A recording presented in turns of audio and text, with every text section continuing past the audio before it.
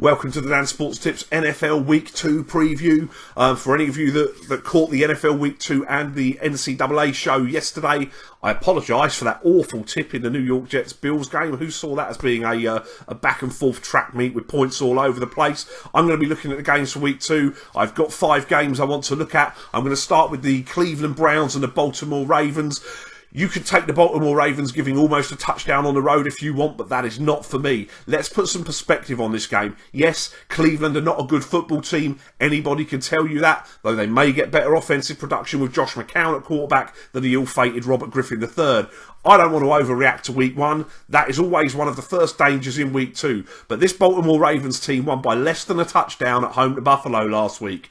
There are 2 points to be made in regards to that game. Firstly, the Ravens held the Bills to 160 yards of total offence in that game. When you do that, you should be blowing the other team out, especially at home. The number of 3 and outs it takes to only compile 160 yards for a game is staggering, and Baltimore won the game by 6 points.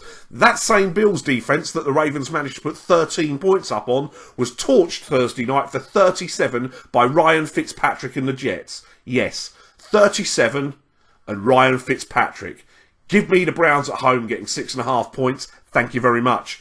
Houston against the Kansas City Chiefs. This game is not going to finish 30-0 like the last time these teams met on this field in the playoffs. Houston have had something of an offensive makeover since that game. They've added Brock Osweiler at quarterback, who had a solid game against Chicago in Week 1. Lamar Miller, who led the NFL Week 1 in carries for a low yards per carry number. And rookie receiver Will Fuller to complement the excellent DeAndre Hopkins. When you factor in the hobbled Tamba Hali, the absent Justin Houston, and the not up to full pace yet Eric Berry, the Chiefs' defensive unit is not at full go yet. Both teams came from behind last week in the games that they were expected to win. The Texans did so more comfortably. The Chiefs may have completed the comeback against the Chargers,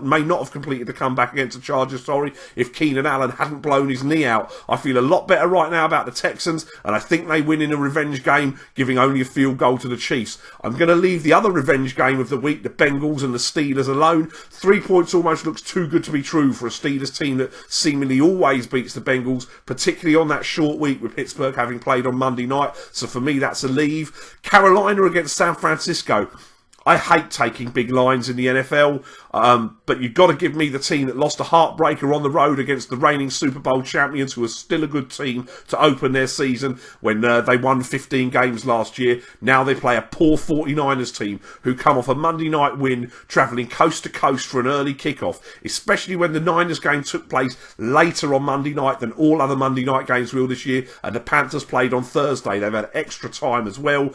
There is no way that Blaine Gabbert's going to be allowed to run around against Carolina by these linebackers like he was by the hapless Rams. This has got blowout written all over it. I've absolutely no doubt in my mind that the Panthers will get up big. They will get up by enough to cover this line. It's just whether or not at the end of the game the 49ers can sneak in the back door for a cover. Give me Carolina minus 13.5. Detroit against Tennessee. I have got absolutely no doubt in this game that Detroit are going to score some points. The Lions have been an outstanding team since they got rid of Lombardi and replaced him with Cooter, offensive coordinator. The Titans' defense is probably better than the Colts unit the Lions faced last week.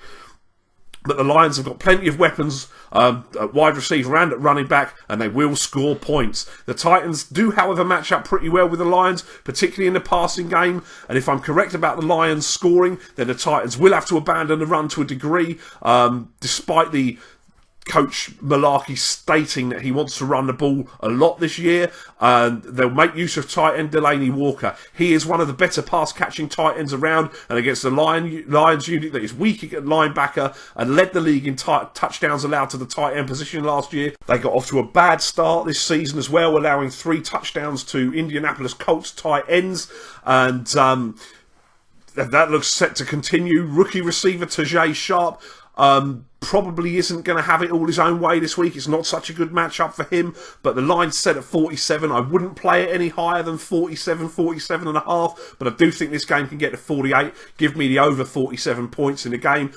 And the final game I want to look at is Sunday Night Football, Green Bay and Minnesota, the NFC North matchup. I said it last week and then took the Bengals. I'm going to say it again this week. I don't like taking road favourites. I don't like taking road teams in primetime games either. That being said, the Packers were efficient against the run last week against the Jaguars, limiting TJ Yeldon to 1.9 yards per carry. Now, obviously, I'm very aware that there is a huge, vast amount of space between TJ Yeldon and Adrian Peterson, but it looks fairly obvious that the Packers can deal with the run and they will make Sam Bradford beat them through the air, where bar Stephon Diggs and if an absolute push maybe Kyle Rudolph, they have a load of substandard receiving options past those two. The Packers may not score lots of points, they may not have to, but the Titans last week would probably have beaten the Vikings without the turnovers. They scored 14 points on turnovers, the Vikings.